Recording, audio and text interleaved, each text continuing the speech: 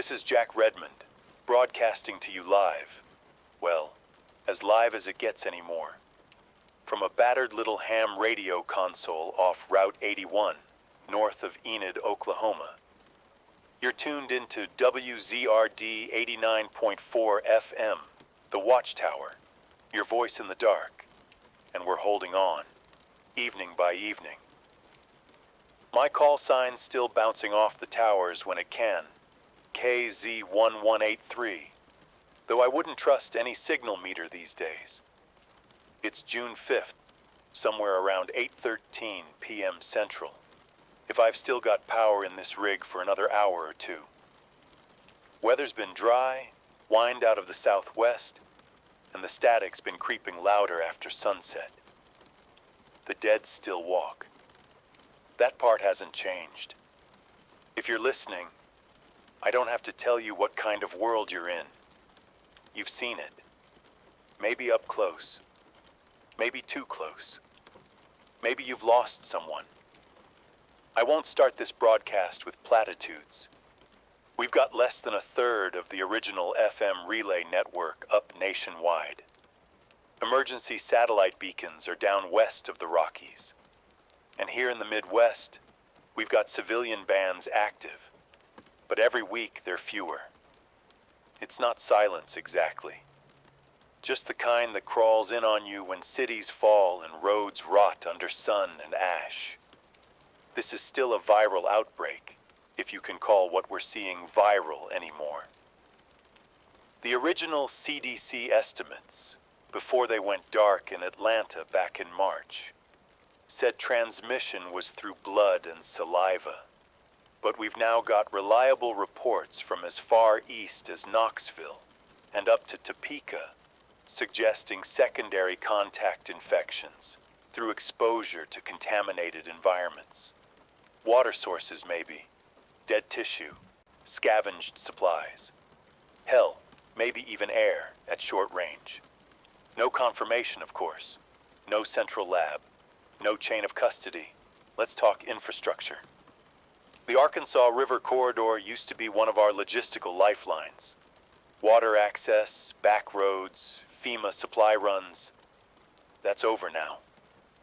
A couple of engineers I knew, volunteers from Tulsa University, tried getting the Caw Dam radio repeater back online 2 weeks ago. One came back. Said the entire lower spillway had been nesting ground, whatever that means anymore. Oklahoma Highway Patrol hasn't issued new band alerts since May. Most of them are presumed missing or scattered. You should know. Interstate 35 southbound is blocked at Denton, Texas.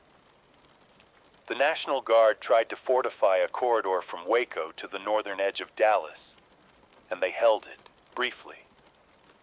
But we've lost nearly all Texas Department of Transportation communication relays. Anyone south of Waxahachie heading north, turn around if you're on foot. I'm serious. Turn back. Urban zones are completely overrun. Thermal imagery released by Joint Task Group Arrow last week showed dense movement through the Mid-Cities corridor. Irving, Arlington, Fort Worth, entire blocks. Slow walkers, clustered, no heat signatures. Northbound? If you're still in Kansas, the Kansas Turnpike is mostly impassable beyond Emporia. Bridge collapses, barricaded townships, shot-out fuel depots.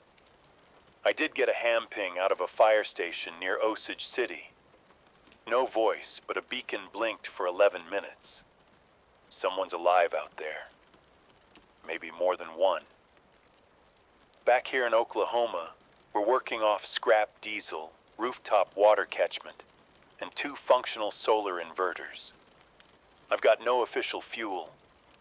I run the generator only twice a day. I'm rationing it now for the evening block. This microphone's powered by desperation and luck.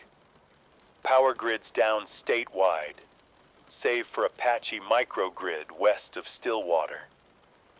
That's where I hear the university kids managed to rig a wind farm inverter to power a broadcast node. If you're hearing me from there, God bless you. Don't stop broadcasting. The National Guard compound outside McAllister held out longer than most expected. But by May 28th, they declared the outer perimeter compromised. A guy calling himself Lance 3, military frequency, scrambled, confirmed withdrawal, no further traffic. They were running a triage and evac for eastern Oklahoma and northern Texas, but the volume of infected overran their checkpoints. Tinker Air Force Base in Oklahoma County is radio silent. Civilian evac by rail was attempted mid-May. It failed. No outbound traffic since. And to those of you listening from the western panhandle, I don't know what the hell's going on out by Boise City, but a listener named Marla from Guymon got a text relay to me earlier this week. I'll read you her words in a moment, but the gist was heavy, fast movement after sunset. Unusual speed.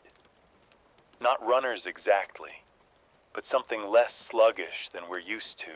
Her words were, they came after 9 p.m. Not fast like the early ones, but not slow either. We thought we had warning, but they were around the house before we saw them. My brother didn't make it out. That was Marla from Guymon, Oklahoma. Rural family, 2 kids. They'd been sheltering in an irrigation shed for 3 weeks. She didn't say whether the others made it. Her last line was, I can't hear anything now. Just the wind. If you're still out there, Marla, hold on, or move. If you're mobile, head north by the Cimarron. It's high ground and less traveled. Let me take a minute here and talk about transmission dynamics. We still don't have a proper taxonomy, no viral sequencing, nothing verified post-March. But field medics, what's left of them, keep reporting changes in behavior. I'm not talking mutations in the cellular sense. I mean adaptation, coordination in limited form, pack behavior. There are unconfirmed but consistent reports of luring mechanisms. Noise used as bait, not random movement, intentional, directional. Is it intelligence? That's a dangerous word now. But what's clear is that even the slow types aren't aimless anymore. They're showing territorial anchoring, areas where they linger, clusters that seem to protect certain structures, churches, barns, overpasses. I don't pretend to know what that means, but if you're scouting shelter, don't assume abandoned means empty. Another tip, if you're crossing rail lines, especially Union Pacific corridors between Oklahoma and Kansas, avoid staying near switching yards or boxcars. Too many choke points, too many hiding places, and for God's sake, don't shelter inside an enclosed rail car unless it's been swept, secured, and ventilated. We lost an entire convoy last month when they locked themselves in for the night west of Ponca City. No survivors.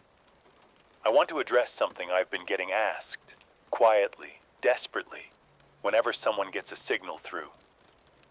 Is there a safe zone? Is there anywhere left? The short answer is no confirmed green zones in the lower 48. What we have are pockets. Small towns, isolated compounds, heavily defended homesteads. Some FEMA shelters survived, mostly in the north-central states. I've heard rumors of a functioning redoubt in Helena, Montana, militia-led, tightly controlled. A FEMA contact tried relaying evac coordinates through Fargo 2 weeks back, but we lost the link. There's limited satellite relay from a naval group stationed off the Gulf Coast, but they're not taking civilian transmissions anymore. They're out of reach for most of us inland. You're on your own here. If you've made it this far, it's because you adapted. Don't wait for help. you are the help now. As I keep the signal alive here on WZRD, it's clear the situation across Oklahoma and its neighboring states continues to deteriorate. The fragile threads of order are fraying fast, but there's still something worth holding on to. The shared knowledge, the small victories, and that stubborn will to survive. Logistically, the breakdown of supply chains is wreaking havoc. The state's major highways are littered with abandoned vehicles and barricades, and fuel shortages are universal. Gas stations that once served tens of thousands daily now stand empty or burned out. The few that remain operational are perilously guarded by militias or local defense groups, sometimes trading fuel for food or manpower. It's a barter system born from desperation. FEMA's presence is virtually non-existent outside of isolated pockets. Official evacuation routes have long since become death traps. The once vital I-40 corridor, stretching from the western border near Texas through Oklahoma City and onward east, has been compromised in multiple segments. Eastern Oklahoma's towns, such as Muskogee and McAllister, report intermittent communications, mostly from volunteer radio operators keeping emergency networks alive. Medical facilities are overwhelmed or shuttered. The state's major hospitals have converted wards into quarantine zones, but staff shortages are crippling care efforts. Some clinics are relying on retired doctors and nurses who have refused to leave their communities. The lack of antiseptics, vaccines, and antibiotics means even minor injuries can become fatal. The National Guard, although stretched thin, continues to conduct patrols around critical infrastructure, dams, power plants, and communication towers. But their numbers are dwindling, and morale is fragile. Sporadic clashes with infected groups are reported daily. Evacuation convoys rarely make it past county lines without encountering hostile environments. In the broader region, the Texas situation is even more dire. Major cities like Dallas and Houston have fallen to overwhelming infection clusters. Attempts to fortify and hold positions failed, leading to widespread collapse of civic control. Refugees flood northward, pushing into Oklahoma and beyond, straining already scarce resources. I received a message earlier this evening from Samuel, a school teacher in Wichita Falls, Texas. He writes about the desperate efforts of teachers to shelter children amid crumbling schools. Here's what he shared. We barricaded the gym doors with whatever we could find. Kids are scared, but quiet. We're rationing water and canned goods. I'm worried about what happens after dark. If this signal reaches anyone, please tell them. We're still here. Still trying. Samuel's words echo across the void, a testament to human resilience, even in the darkest times. Wichita Falls sits perilously close to the infection front lines, making their position tenuous at best. Turning back to Oklahoma, small rural communities have become critical strongholds. Farmers and ranchers are organizing neighborhood watches and supply caches. Many rely on old hunting rifles and whatever they can salvage. Local churches have taken on the role of emergency shelters and makeshift clinics, though they're vulnerable to incursions. An emerging pattern I've noticed in reports is the use of improvised signals and codes among survivor groups. From painted symbols on trees to arranged stones near roads, these markers guide or warn others. It's a crude but effective system, reminiscent of resistance movements from previous centuries. If you're out there, pay attention. These signs can be the difference between life and death. On the federal level, silence reigns. Washington, D.C. broadcasts ceased weeks ago. Intelligence suggests the government is in disarray or relocating underground. The Pentagon's communications are spotty, with occasional encrypted bursts that cut off abruptly. We're on our own, folks. Before I proceed, I want to share a brief communication from Emily, a nurse in Tulsa, Oklahoma. She writes, "We lost 3 more today.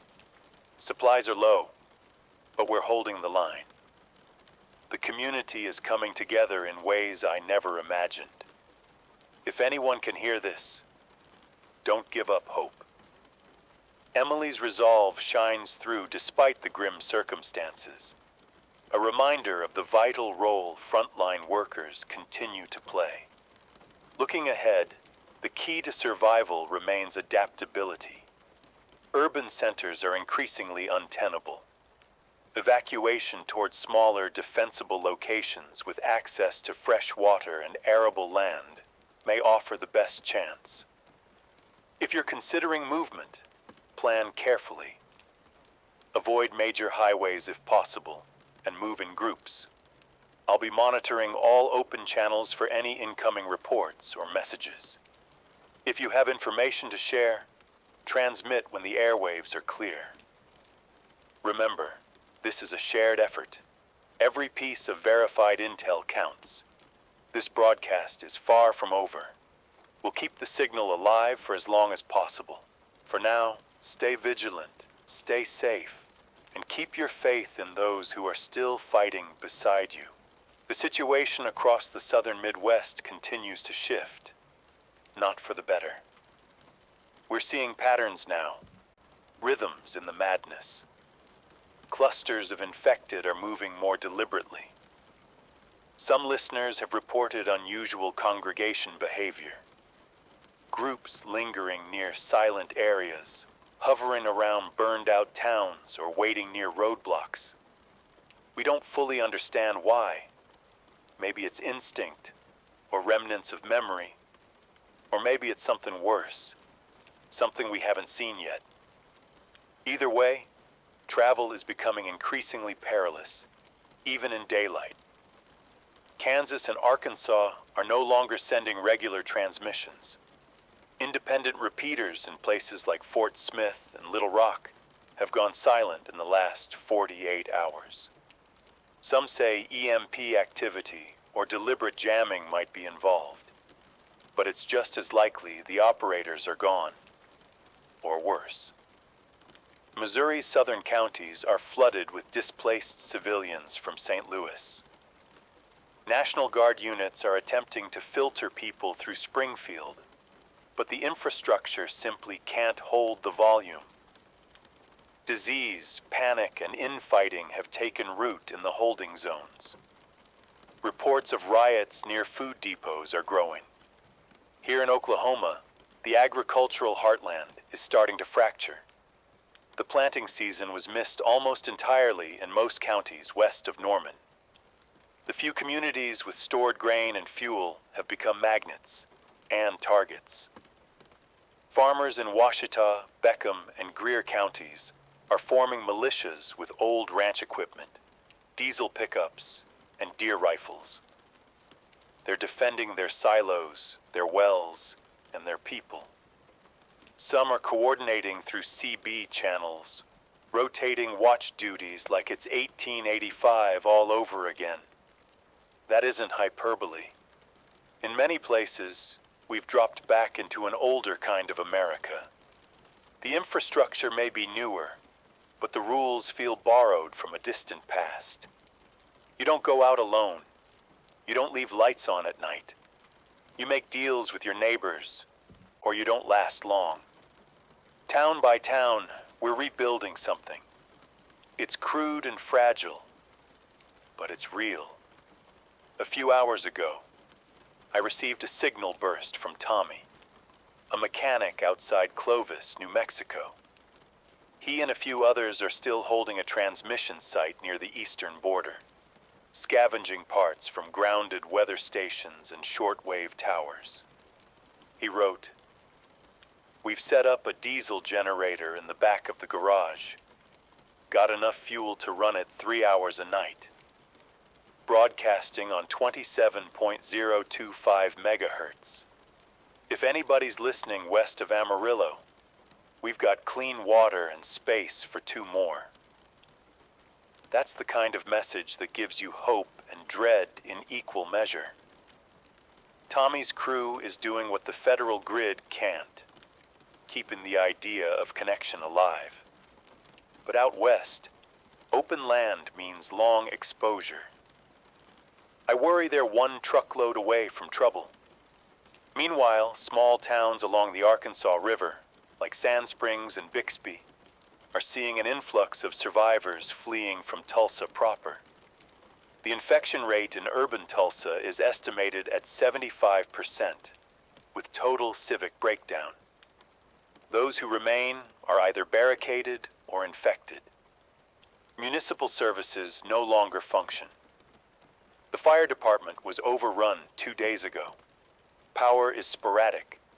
Sewage backups have created secondary outbreaks of waterborne illness. And yet, there are still voices in the dark. From the hills near Broken Bow, I picked up a relay message forwarded from a portable ham unit. It came from Jane, mother of 3, holding near the Hutchetown trailhead. She writes, "We left the city after losing contact with our church. Haven't seen another group in days. The kids are scared. I've got some food, some ammo, but we need help. Still praying someone's out there. Jane, if you hear this, hold on. That area is dense, forested. It's both a refuge and a trap.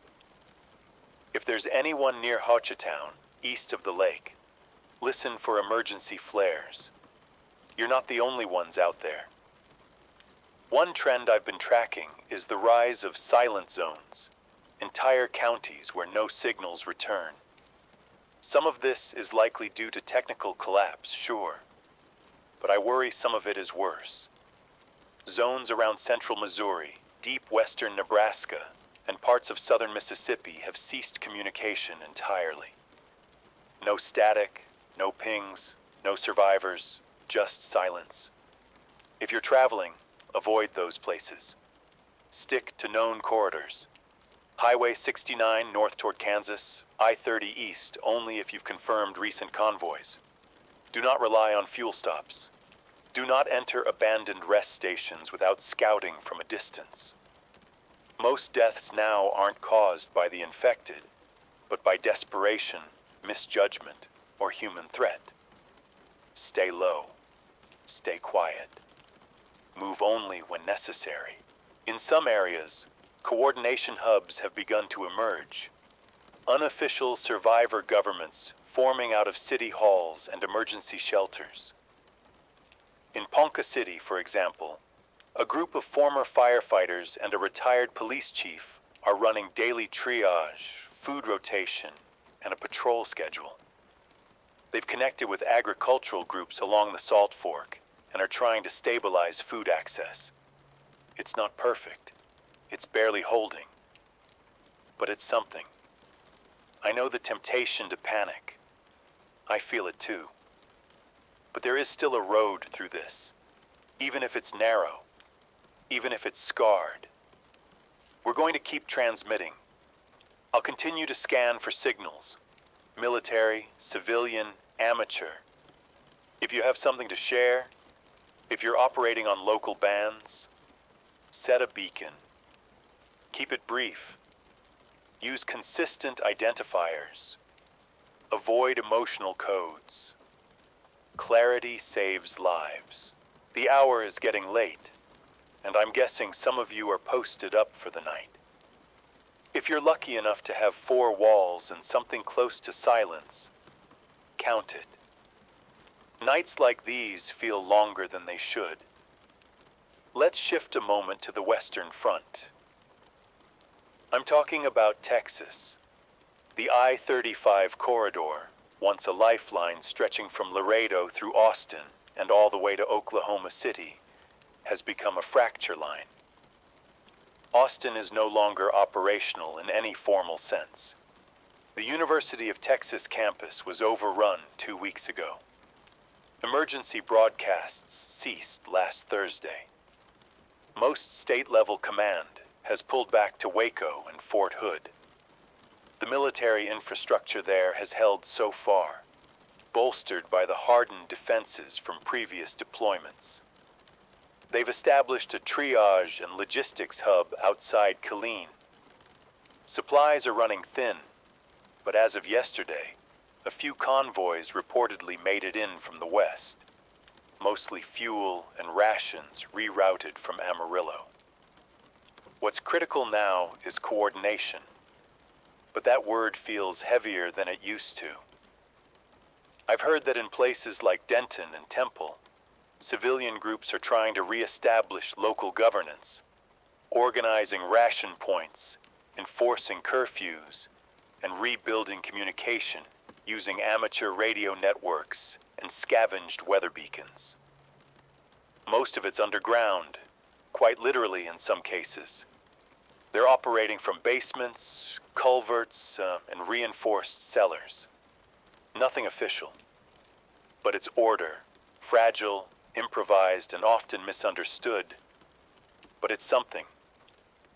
Meanwhile, out east, into Arkansas, I've heard from a listener who managed to push a weak band relay through just before nightfall. Her name is Karen, and she's reporting from somewhere outside of Stuttgart, Arkansas. Here's what she wrote. We're down to 8 of us. 3 kids. The oldest man here lost his leg trying to defend his wife last week.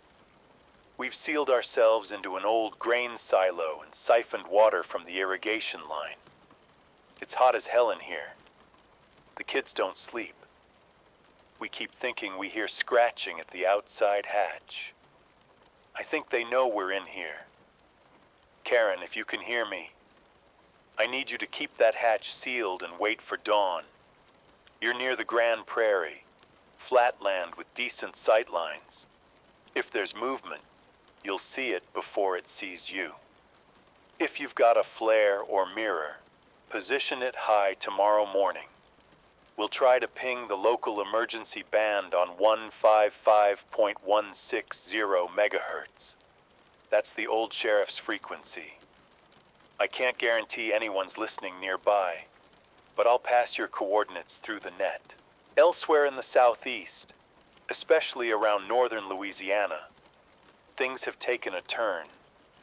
Monroe, Ruston, even parts of Shreveport, all showing signs of organized looting and high-density infection zones. People are saying some of the bridges on I-20 were rigged and collapsed intentionally, possibly to slow mass movement. If that's true, it means at least someone is trying to control traffic flow. Maybe militia, maybe remnants of the National Guard. But it also means people are getting trapped in pockets with nowhere to go. And the Gulf? Word from what's left of NOAA says the ports are sealed. New Orleans is gone, not just infected, but underwater. Levee damage from months of neglect led to massive flooding. No more resupply runs from the south. That leaves only inland routes, and even those are being lost by the day. If you're within 50 miles of any major port city, Galveston, Mobile, even Pensacola, I urge you to move inland. Don't wait for federal rescue. That net has shrunk too far. Let me address something else. The psychological toll. I know many of you have seen things that'll never leave you. And I know many of you have done things to survive that sit heavy on your soul. I get it. There's no judgment on this frequency. But I'll say this. Survival without meaning is just slow death. So find your people. 1, 2, 10, doesn't matter. Find a way to make your time count. Raise chickens. Teach the kids something. Catalog plants. Build a wall. Every act of intention pushes back against this darkness. Just before this broadcast, I picked up a shortwave package from a group stationed in Jefferson County, Missouri. They're operating from a firehouse outside Festus. Apparently, a group of former paramedics, teachers, and even a retired radio technician. They've begun running first aid courses for survivors who pass through, teaching basic triage, wound care, infection control, simple life-saving knowledge. This is the kind of structure that can last. Not flashy, not armed to the teeth, but built on competence and contribution. If you're anywhere near southern Missouri and can travel safely, it might be worth the risk. Now, some of you have asked whether there's still a central command, a real government presence. I'll be honest. What's left of the federal response is scattered. FEMA collapsed into regional silos. The CDC's Atlanta hub is still broadcasting automated protocols, but there's been no human voice since the 28th. Most military units are functioning independently, if at all. There's talk of a provisional council forming somewhere near Cheyenne Mountain, but that's unconfirmed. What we have now are clusters of authority, some official, some civilian, all fragile. But that doesn't mean there's no order. It just means it's decentralized, and that's not all bad. Local resilience has always been the heart of this country. If you've got power, water, tools, or hands, you're the infrastructure now. One more voice tonight.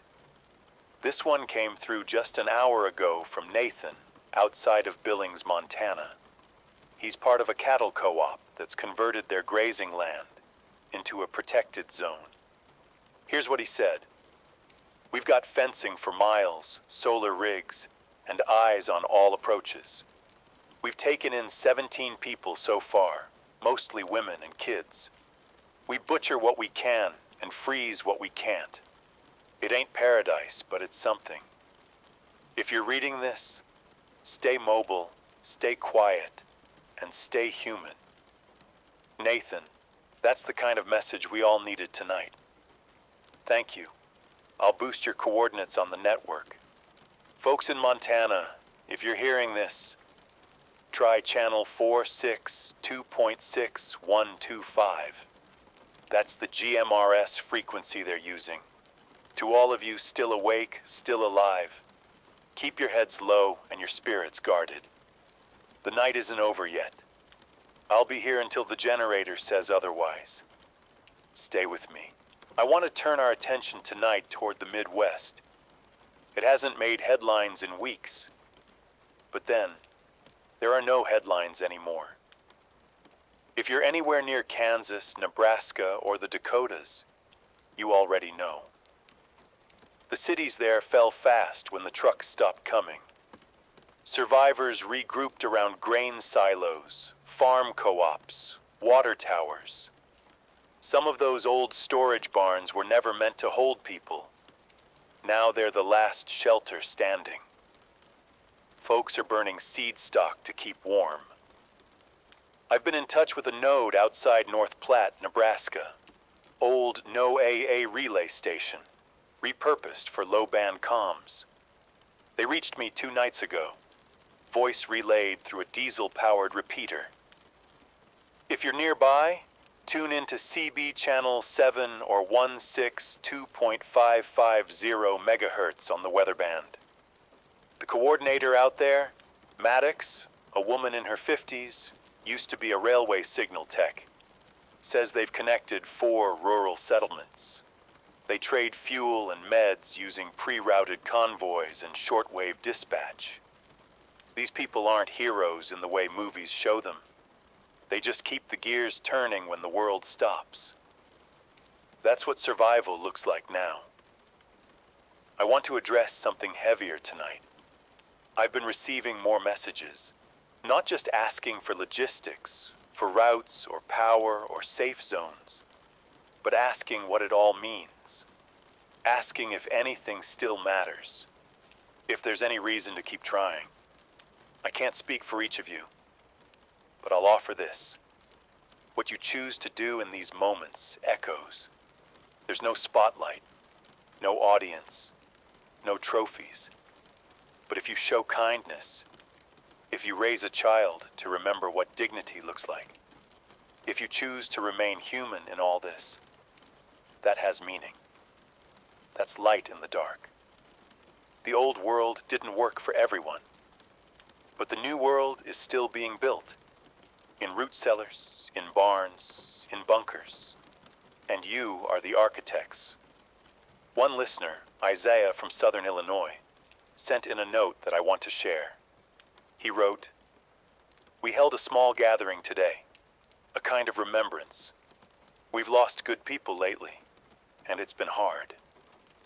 But even if it's just 5 of us standing quietly around a fire, I think it still counts. I think remembering each other still matters." Isaiah, you're right. That does count. Maybe it's the only thing that really does anymore. Thanks for writing in. Keep the fire going, friend. Let me pass along some practical information as we close out the night. For those heading north, we've got scattered confirmations that US 41 and I-57 remain navigable, only through rural bypasses. Stick to side roads. Major bridges are either blocked or in unknown condition. The FEMA warehouses near Joliet and Champaign may be looted, but people have found things the raiders overlooked. First aid kits, batteries, backup radios, Move Light, Move Smart. Heading west, I-80 is still impassable in sections between Cheyenne and Salt Lake. Snow collapse damaged key overpasses. The road crews never came. If you try to cross the canyons, go on foot, and only if you know what you're doing. Nevada remains silent, and that silence speaks volumes. If you're traveling east toward the Appalachians, there's been reliable contact with a settlement group near Asheville, North Carolina.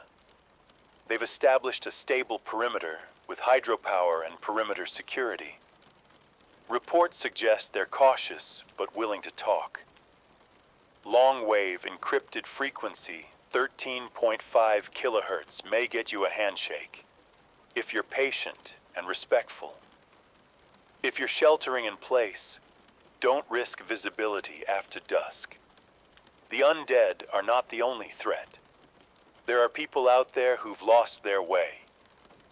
Trust is earned now, not given. If you hear voices on the airwaves, listen closely. The ones worth trusting will sound like they still care. If you're looking for somewhere to go, scan for old fire lookout stations, ranger outposts, remote mining towns, places with a single road in and water access. Isolation now means safety. This may be my final broadcast for a while. Fuel is scarce, and the backup batteries are losing efficiency. But I'll return, even if just for a few minutes. You've kept me company in the dark. Maybe in some way, I've kept you company too. And here's the most important thing I can tell you before we sign off. You are not the last. Not yet. There are still voices out there. Still hands building. Still people choosing to hope. As long as there's signal, as long as one more spark flickers in the distance, we have a way forward. This is Daniel Rains. Until next time. WZRD 89.4 FM, The Watchtower. Stay human. Stay strong. Good night.